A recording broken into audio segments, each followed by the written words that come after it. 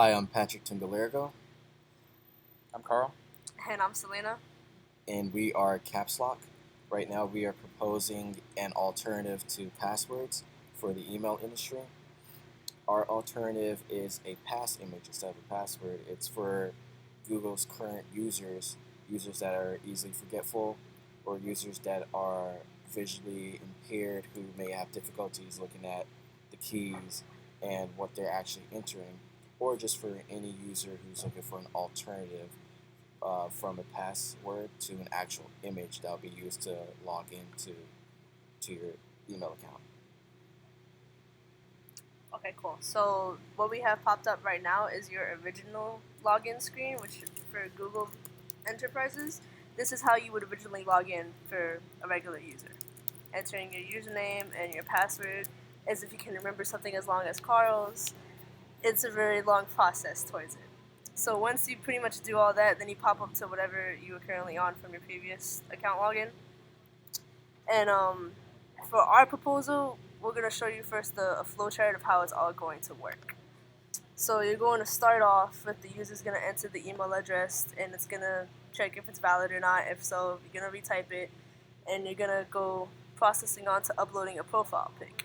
It's going to go through and see if it's an actual current profile picture that's accurate, or if it has no idea what picture that is, it's going to pop up an error until you upload the correct picture.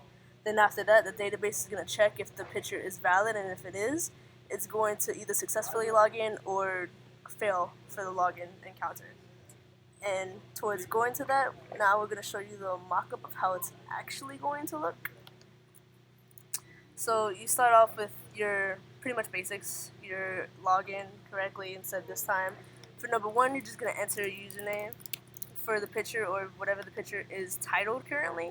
You're going to re-click that picture and it's going to pop up right in the center where the ninja is. So that's the picture you're associated with, and then once it goes through the database and once it accesses through to see if it's familiar, you're going to continue to sign in.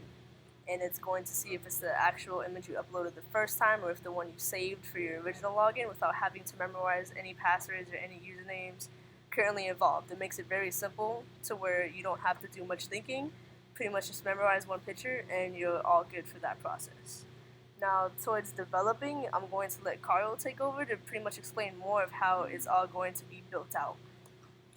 Okay, so our first and iteration of this is we're going to be validating against the file name.